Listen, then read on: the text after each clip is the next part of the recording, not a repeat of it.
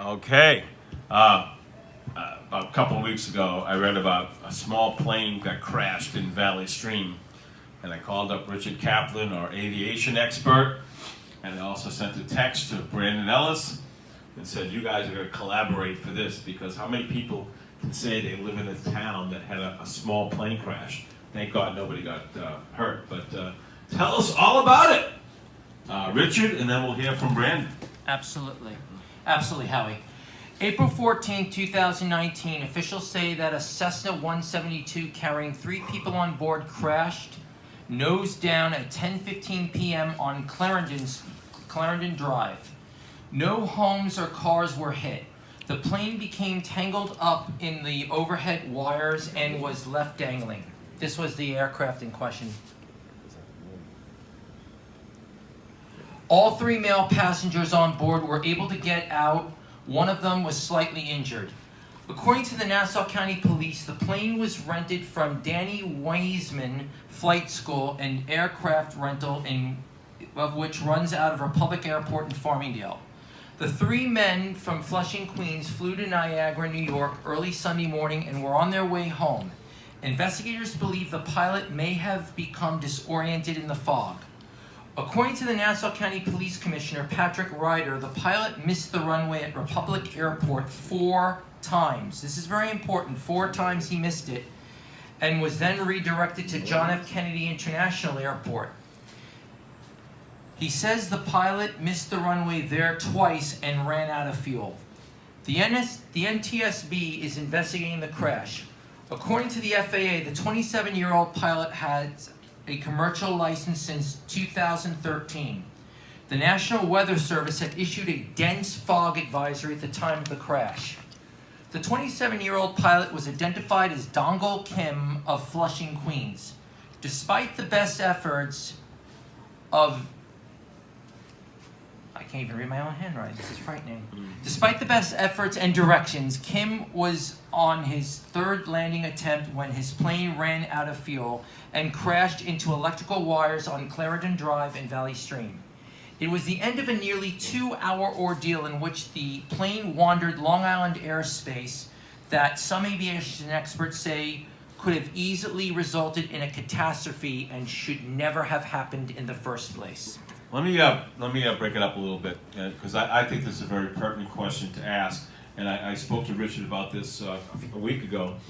My feeling is that these pilots were not from the area, obviously not from Long Island.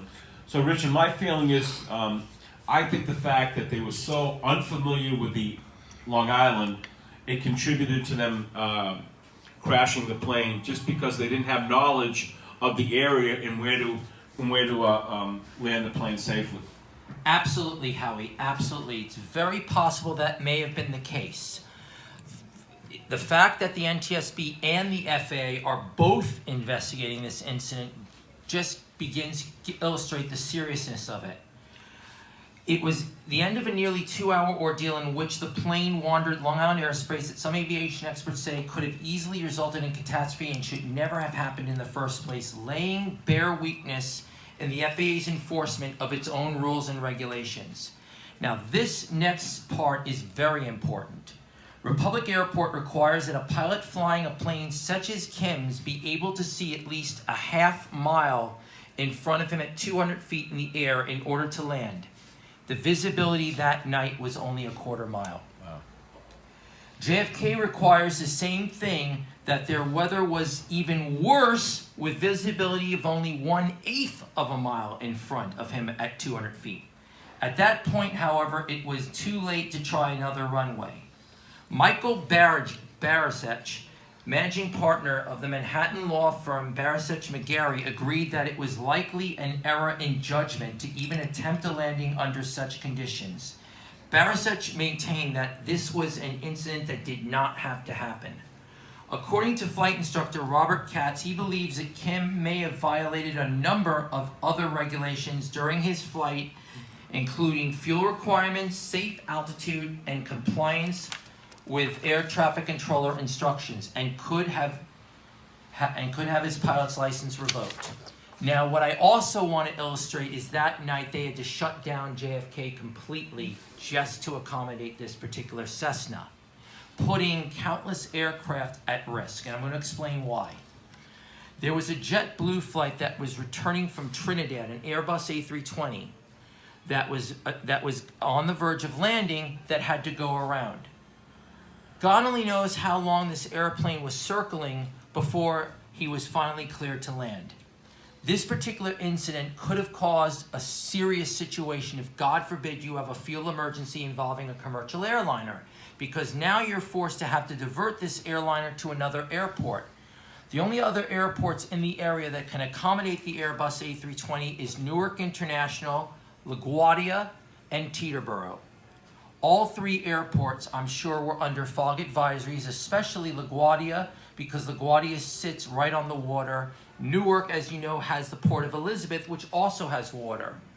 In science, water is what feeds fog. It's evaporation, condensation that bleeds into the air, thickening. Because of this, there are a very limited number of airports that a pilot could land. I agree he may not have been familiar with the area, may have panicked. There is a term in aviation called let's go-itis, let's get there-itis, meaning that your primary airport is the airport you're obsessed with landing at. Forget the others. I believe he was obsessed with landing at Republic, unaware that there was only a quarter-mile visibility instead of the half-mile minimum that the airport requires. This landing never should have been attempted. Never! Especially with a Cessna. Bigger jets are equipped with more sophisticated radar. Some are even equipped with Doppler built in. They are able to basically use ILS, or instrument landing systems, to land. A Cessna is a very tiny single-engine airplane that is not ILS. It is not designed for this type of landing, especially in dense fog. There were other airports he could have diverted to, like Danbury in Connecticut or Westchester County. Why he was so obsessed with Farmingdale, we will never know. I'm going to hand it over to Brandon, who's actually from Valley Stream, to give you an idea of the geography of Valley Stream, so you can get a better idea of just what this pilot was dealing with. Brandon? All right, now, I'm not someone who grew up in Valley Stream. However, I've been here for, I would say, close to 2 years.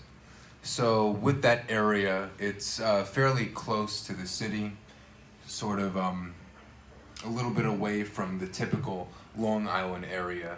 So I did read from that story that they were all from Brooklyn, the people there, and I believe maybe even the pilot. So I don't think there is much of an excuse to have made such an insane error, besides the fact that there was an intense fog or something of that nature. Because if I'm not mistaken, he was going to Niagara Falls. He was coming back from Niagara Falls. He's coming back from Niagara Falls, and with that fog, he was totally disoriented. But we're just taking into account, for the most part, what he said.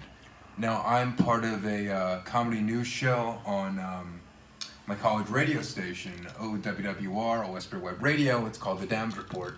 And I actually wrote a script on this story, so I wasn't exactly there at the time when this crash happened, but I sure as hell had some fun talking about it. So it's a pretty insane that you have this plane just crashing down, and the nose of the plane was a foot away from the ground, so we could thank that power cord for catching it, because it would have been bad for the people on the plane, obviously. It would have been bad for the owners of that house that they were sitting right in front.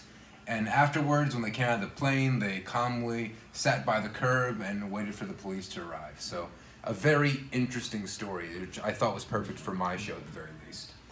All right, great job, Richard and Brandon, and thank God this story is that no one died, because usually when you hear a plane crash, someone perishes. So thank God everyone walked away in the plane and in the houses that didn't get killed. So thank God for that. All right, great job, Brandon, and great job, Richard. Thank you. Thank you.